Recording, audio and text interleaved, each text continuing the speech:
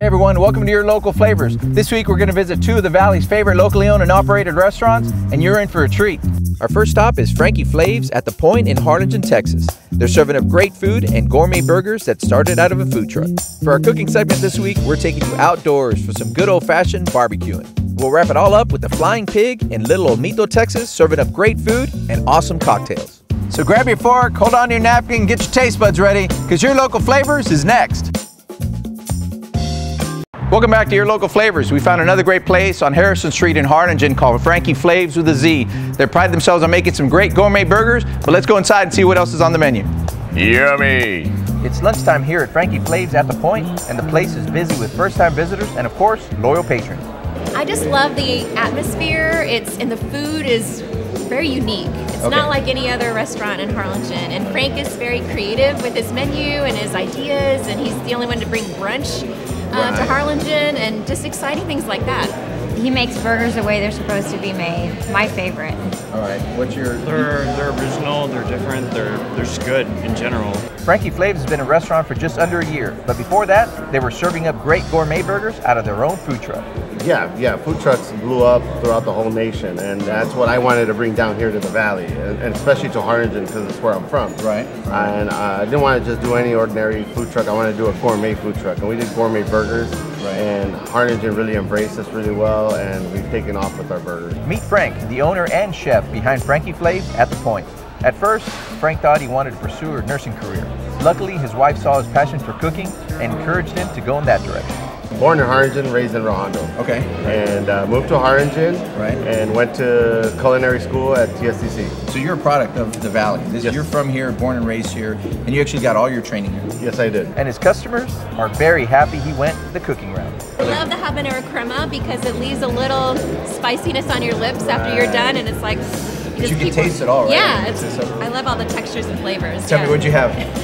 So we also ordered the Korean barbecue wings as an appetizer. They're absolutely fantastic, and the only place that I'm aware of that does a Cuban in Harlingen, and he does it amazing. What's your favorite thing on the menu? What do you guys like to order? I do the Three Amigos constantly. I typically do the Trump's Burger Wall or the donut. Can you do the whole wall? Can you do the whole Trump? I finished the whole wall in like 15 minutes. They'd be halfway through their burgers, I'd be done. The donut burger, the Trump wall burger, black and fish tostadas. These are all just a few things you will find on the menu. So Frank took us into the kitchen to whip up some of the customer favorites. First up, the donut burger, something Frank had seen in other food trucks around Texas. But this burger comes with a Frankie FLAV'Z twist. When I started trying these burgers, and they were really good. Right. And so what I did, I went ahead and took it a little further. I went ahead and made a peanut butter bacon, a bacon jalapeno peanut butter, sorry. Right. And I figured I'll top that, and then we'll slice it with a slice of Munster cheese. Right. And I feel that seals the peanut butter, and it turns that peanut butter into like a cream, so it's not as sticky as people usually think peanut butter is. And Frank is aware that this is not exactly the healthiest thing on the menu.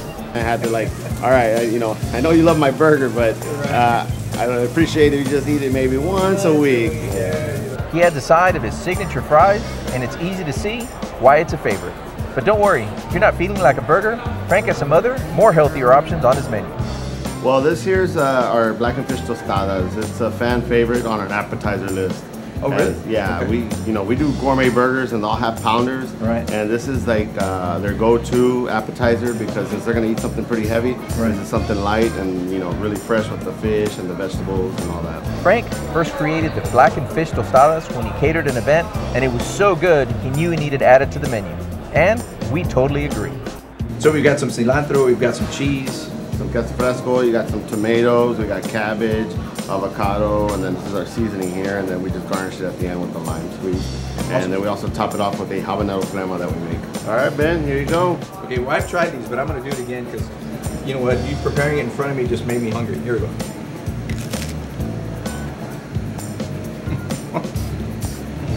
You just did your mouth of flavor right there. Dude, this is incredible. I like the sauce. The cabbage does add that extra flavor to it, but the fish is incredible. Very nice, Frank. Very nice. And Frank doesn't forget that presentation is key. Is that like a chef thing? Everything's about presentation? It is, it is. It's not just about... the food's gotta look as good as it's gonna taste. And Frank says the most important thing is the food people loved out of his truck is the same he's serving in his restaurant. The most hard part was going to be keeping the food consistent. Now I'm going to have to try to feed a lot more people. I'm going to have a lot more people cooking my food. Before it was just me and my brother-in-law. Right. And so now it was like, okay, can we do this? And we did. I hired a really good crew, and so far we've been consistent. And while the Point has a bar upstairs with food available from Frankie FLAV'Z, downstairs, Frank says, is a place to bring your family. You know, people at first thought, you know, it's just still a bar, but over the holidays we did a lot of caterings and parties in here, and we did get people come in and they took a step back like, wow, this place is actually a restaurant. And it is. It's a family-oriented. I have three young kids, and I want to bring them here, and I want other families to be able to bring their kids here. Sure. And little by little, people are getting to realize that it is a family-oriented place, even though there's a bar upstairs, but down here it's a full-blown restaurant. Hi, how are you? Good. You mind if I ask you a couple questions? All right, awesome. Tell me what you're eating, and tell me why you love coming in. I'm eating the rodeo because the food tastes good and we can watch TV. This place is so good, someone even made a Drake remake about Frankie FLAV'Z. Started from the food truck, now we're here. Started from the food truck, now my whole team really here. Started from the food truck, now we're here. Started from the food truck, now my whole team really here. Started from the food truck, now we're here. I mean, he incorporates our burgers, some signature drinks, and you know, do your mouth of flavor. It's a really cool song. Thanks for allowing us to come in and feature your restaurant. Guys, this is Frank Macias with Frankie FLAV'Z. You gotta make sure when you visit Harlingen, you gotta make this one of your stops. And if you're ever driving around and you see the Frankie FLAV'Z food truck, you definitely gotta grab a burger from there. Yeah, you gotta do your mouth of flavor. Do your mouth of flavor, guys. Thank you so much. This is our local flavor. Welcome back to Your Local Flavors. This is part of the cooking segment, but today we've got a special treat for you. We're outside of the kitchen. We got fire, we got smoke, we got food, we got fish. We're ready to grill today, and I've got here with me Dustin STAIR. How you doing, Dustin? I'm good. How are you? Dustin is the director of the local chapter of the Texas Chefs Association. Okay, Dustin, tell us what we're making today. We got red snapper that was caught from Port Isabel, freshly caught. There you go. It's a beautiful fish. It's nice and delicate. Now this fish is special, and you want to make sure it's dry. So we take a paper towel here, and that's a good thing to have in your pantry. Anytime you're cooking fish, make sure that guy's dried up. Real nice and dry. If not, it's going to boil instead of get good sear marks, fry, or however you want to do it. All right. Nobody wants boiled fish. Nobody wants boiled fish. All right, good tip. Got to make sure that the fish is dry. All right. Just pat that thing dry right there. All Let right. that paper towel soak it up. All right, perfect. All right, now, tell us what do we got for ingredients here? Well, we've got a squash grown here locally. We got a red bell pepper. We got some valley lemons. This is a sweet, beautiful gem of the valley. All right. It should be treated with respect and loved. It goes great with fish. We're always trying to keep everything local, okay, guys? All right, cool. Got a red onion here and a potato. Okay. That came from Idaho. The Idaho potato? They had imported. All right. It's the only one thing that's not local. Okay, I got it. So, in order to make a fish taste good, is you need salt and you need garlic. Okay. And we're using some fresh thyme. Okay. And I'm going to baste the fish while I'm cooking it in a little olive oil, salt, and pepper. You can use a paintbrush, but it's just best to get some of this kitchen string right here and wrap it around and make your own paintbrush. We just dip this puppy in here like that and rub it down. All right. That's going to keep it from sticking, plus the olive oil is going to give it some good flavor. All right, cool. All right, so we're talking about bell peppers. Now these things right here, you want to use every bit of the bell pepper. Don't throw it away, because if you got to buy it at the store, they're kind of expensive. Okay. So you want to use everything. What I like to do is I just like to push this little guy right in here and make the green part disappear. All right, cool. A lot of people like to rip these apart, but just get some good slices. Right. I'm going to pick my knife up and I'm going to slice it in half right here. Now you can see that inside you'll see the membrane and seeds. Okay. That membrane is kind of bitter. You want to get rid of it. You want to get rid of the seeds. They're not spicy, but they're not fun to eat either. Sure, okay, cool. So what I like to do is I like to just cut it right here and then just take my knife along the side and just cut out the membrane. Now, it's very important when you're grilling, keep the vegetables as whole as large as possible. Okay. You cut them very small, they'll fall through the grate, and you have to fish them out of the fryer. Right. No pun intended, because we're cooking fish. Right. Okay, now that we've got the ingredients down and we've chopped up the bell pepper, what's next? What are we chopping? We're going to do the zucchini. All right, so like I said earlier, when we're going to grill vegetables, we want to make it as large as we can so they don't fall through the grates and we have to fish it out of the coals. Great tip, guys. Okay. All right, so I set this guy down right here. And I'm just gonna make some long slices, just like this. Ooh. So these long, beautiful planks will stay with the grill. Grill better, okay. They'll sit flat on your plate. Right. And it's a beautiful presentation. Okay, I got a treat for you. You're gonna cut this onion right here. So get over here, big boy. God. Let's go. All right. Let's go. You got it. All right, you're gonna cut this onion up. First of all, we gotta peel it. Okay. We gotta get rid of this. All right. All right, so what I would do is just cut the top of this off right here. Okay. Don't you dare cut that in. Oh, all right. I don't want to do that. You're gonna bleed. It's gonna bleed and you're gonna cry. Okay, all right. So all right. you know, you ever get teary eyes in the kitchen? Right. That's because on this root right here, that's where all the water in the world, the blood of the onion goes. Oh. So it's sitting in the ground and the roots are right here, and it sucks up all the water. Okay.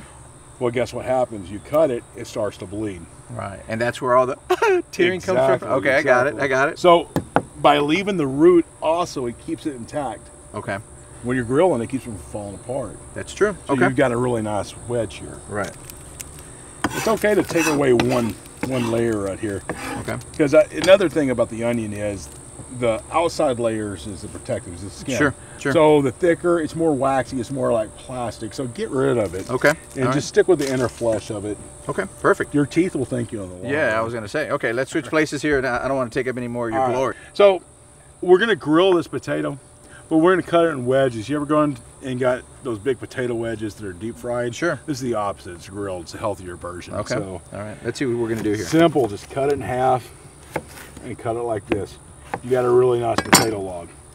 Now you can set it on the grill exactly like this. It's going to take forever. Okay. Or you can put it in boiling water, which we'll do later. Okay. And cook it. So par cooking is pre-cooking in boiling water. A little salt water goes a long ways. Okay. Just drop it in, let it cook for about 10 minutes to soften up the outside. Right. Then let it dry. Always want to start with dry. Always oil, want to start with dry food. Okay. Yeah. And then put it on the grill and grills better. And it finishes baking. Okay. Cool. All right, Valley lemons. So we're going to cut this in two different ways. We're going to cut one in wedges so we can season our fish, and we're going to cut the other ones in coins so we can use a garnish for our fish. Okay, sounds like a plan. All right, and last but not least in our vegetable pile is we got the garlic. Now, like I was telling you, raw garlic's very harsh. Okay. So it tends to burn really easily. So if you want to put it directly over the high heat of the coals, it will burn. Okay. But by roasting it will mellow it out to where it has a smoother flavor profile, and it works as a spread. So we just make a little pocket right here. All right. All right. And this will steam out while it's sitting under the coals. Now make sure you wrap a few layers of foil for some added protection. Okay. And be sure to buy the heavy duty foil too. Right, okay. Always get heavy duty foil. Everything's chopped. We're ready to toss. Oil, salt, pepper, and grill. All right. Okay, so now that we got the food ready, let's get the fire ready. How does that sound? Fire ready. Sounds good. Okay, Dustin, we're here on the grill. How did you prepare this? Usually I start off with some good charcoal. You can use the carbone, like the Mexican carbone. Okay. Kingsford charcoal, whichever one you like. Either or will work, but I always find it best to start off with charcoal first because you're going to get a good, consistent hot fire. Right. And it's going to help get that wood that you lay on. Sure. So it's just a good starter. The wood after that is kind of more for flavor as we keep going. Flavor, smoke, and heat. So kind of put this on the angle, and that thing's hot. This coal is perfect right here for searing the fish. Okay. Now let me tell you a secret about fish. Don't flip it yet. It will release itself when it's done. It'll let you know. We're going to put potatoes next. Okay. You want to put things that take the longest to cook. Our bell peppers and our squash cook really fast. Right. Our harder vegetables, like our potatoes. Right. We want to get those over a good heat. Okay. Our garlic. The roasted garlic. I like to throw that guy right in there. All right. Put them on the fire. Let them bake in the coals. Oh, nice. Because that's where the love's at right there. All right. All right, onions are the same way. Just line them up. And you're going to get a lot of color, and it's going to caramelize. I'm going to set my bell peppers away from the most heat. So I want the heat to concentrate on my harder to cook items. Right. On your longer to cook items. Longer to cook items. Right. All right. Our zucchini. All right. Grown down here in beautiful sunny South Texas. Fish needs lemon. It needs a lot of good love, and it needs a lot of acid. So the ones we wedge, that's going to be the ones we're just going to kiss while it's cooking. All right. All right. Now I cut the wheels, and you're thinking, why did you cut these wheels? Well, we want to caramelize it. caramelization again. It's going to give it that good flavor. It's going to have that charred taste, but it's going to bring out all of the sugars that's inside there. Okay, perfect. So we're going to let those cook for a while. And of course, those go on the side because they cook quicker than everything else. Right. So you can see that it's starting to get, it's red on the top and it's starting to get white. Right. The fish is cooking. Okay. Now you said it would let me know. It's letting you know right now. All right. Okay. Because the lighter it gets, it means it's the darker it's getting underneath it. It's cooking. Okay. So you can see right that line. So it's actually allowing you to release it. All right. So we're gonna flip it. We got beautiful lines right there. Our peppers are slowly cooking. You don't want to burn them. You want a little char, but you don't want them getting dark because they start getting bitter. That caramelization turns into carbon. Right. In the long run, you need carbon's your enemy. Yep. We're about 137 in parts, but we're still kind of raw in the middle. Okay. Probably about 3 or 4 more minutes, and I'll be able to take this off, and we can eat this. Okay. We have our finished product. Dustin, describe it for me. Oh, we got our beautiful red fish grilled. It's glistening with the oil, little herbs, the roasted garlic on a grilled potato, grilled zucchini. We got the grilled red pepper, the red onion, and the beautiful, delicious caramelized valley onions. I mean, it looks awesome. I put a little pureed bell pepper sauce on there, but you can use any sauce you want. Any salsa will work. A mango salsa, and habanero salsa. You like it spicy. Right. It's up to you. You can personalize this dish however you want. You're the one that's got to eat it. I'm just telling you how to cook it. Absolutely. Absolutely. A little salt and pepper on the end right there. And man, you're going to thank me later. I'm going to thank you later. You're going to love it. You're gonna love All right, cool. I've been holding this fork for like the last 5 minutes. I don't know why, so you might as well dig in. Can I dig into this thing? All right, here we go. Oh, God, it's delicious, folks. This salsa, you know what? This salsa really does make a difference. You can taste the freshness and the vibrant flavors of the roasted pepper. I can taste everything. Everyone, this is delicious, man. It was awesome. Dustin, thank you so much for joining us on the show. Guys, we got you out of the kitchen, outside the grill. Hope you enjoyed it. Stay tuned for more of your local flavors. Welcome back to Your Local Flavors. I just took exit number 9, FM 1732 in Olmito, Texas to find our next hidden gem. This place has got a lot of history, great variety of food, and some unique cocktails that you guys are gonna love. So let's go inside and visit the Flying Pig Grill and Cantina. There's a lot of history in this little building since it first opened over 60 years ago, and it's been in the Burnias family from the beginning. I am sitting here with Mark and Hector Burnias from the Flying Pig in Olmito, Texas. A really small place, but a lot of history, and so I wanted to sit down and kind of get the history first before we get into all of the great drinks and all of the great food you guys have to serve. So, Mark, tell me a little bit about how, I know this goes way back because this has been around for a long time, going back to your grandfather. So tell me a little bit about how this kind of got started. Well, it started as a gas station originally. It used to be right at the end of the street, which is Burnias Street now, which was changed a couple years back. And basically, this used to be like a VT stop, gas station back then, kerosene, oil, the whole works. This is where Olmito came to get all their stuff. Yeah, basically. It was also a grocery store. So, it was basically your typical small town mom and pop store. And fireworks from gas to everything. After sitting vacant for years, Mark and Hector decided to revive the place. And of course, our first question was, how did you come up with the name? Flying Pig, is there like a story behind the Flying Pig? Well, for many, many years, you would constantly hear people say, well, there's nothing in Brownsville, there's nothing in Brownsville. You know, I'd come home to visit and people would just complain that they go elsewhere and get something better. Much less a cocktail bar with really great bar food would ever work in Olmito. People thought it was the dumbest idea. So, when pigs fly. When pigs fly. I get it, okay. And pigs have flown because they've been in business for over 10 years. One thing that sets this place apart are their unique cocktails and craft beer menu. And it's a lot of stuff that we learned. We've run into New York City to Manhattan, Tales of the Cocktail, New Orleans, Las Vegas. We implemented a lot of ideas that we picked up over there. And you will be surprised at the price of the cocktails. Very affordable. Especially our cocktails. I mean, it's a big city cocktails at a small town price. Yeah, that should be our new slogan. That should be our new slogan. That should totally be our new slogan. We've got that on here. Totally first. Same drink you get in Houston for $15, you get here at the Pig for $8. So Hector, the mixologist, showed us a few of the customer favorites. First up was their take on the old-fashioned. So we chill it down, and then we're gonna put a sugar cube. Now a lot of people will use simple syrup, which is 1-to-1 water and sugar. Okay. For us, we like to use the old school sugar cube. Okay. Again, going back to old school. Exactly, going back to the old school. Then after adding the bitters and bourbon, it was time for me to take my first taste test. Cheers. Yes, cheers. The old-fashioned. So next we're going to do a rip on a margarita that we really love here. Okay. And I got the idea, we call it the flea market margarita. And the reason is, as my fiance and I were walking through the flea market, we got one of those aguas frescas and it was hibiscus. And we absolutely loved it. And I said, what better than to add a little bit of tequila to this and we make our own margarita out of it. Hibiscus Jamaica is very popular in our area. Right. So incorporating it into a margarita just made more sense for us. Right. And plus, it's pretty damn delicious. Okay, all right. Well, show us what we're going to do. So first we're going to add a brandy-based triple sec called Grand Marnier. Okay. And it's got a good sweet orange flavor to it. And do a little bit of agave. And then we're going to add 1.25 ounces of hibiscus. And this hibiscus syrup is a 3-to-1 mix of hibiscus to water.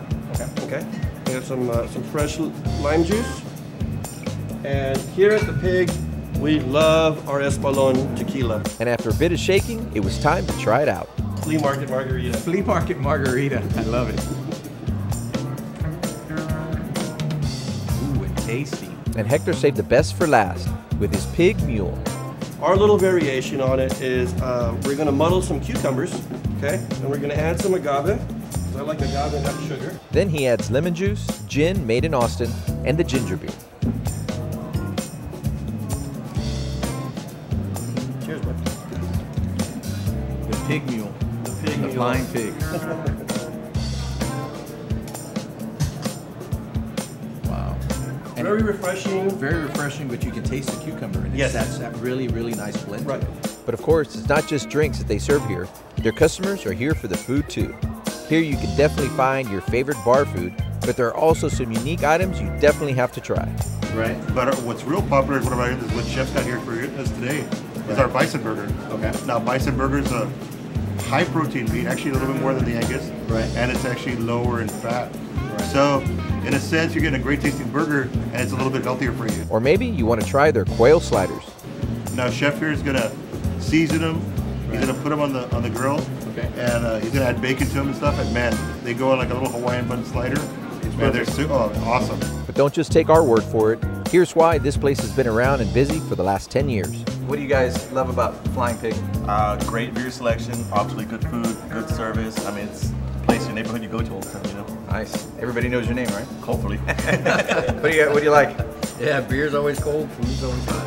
You got friendly people coming in. Everybody knows each other.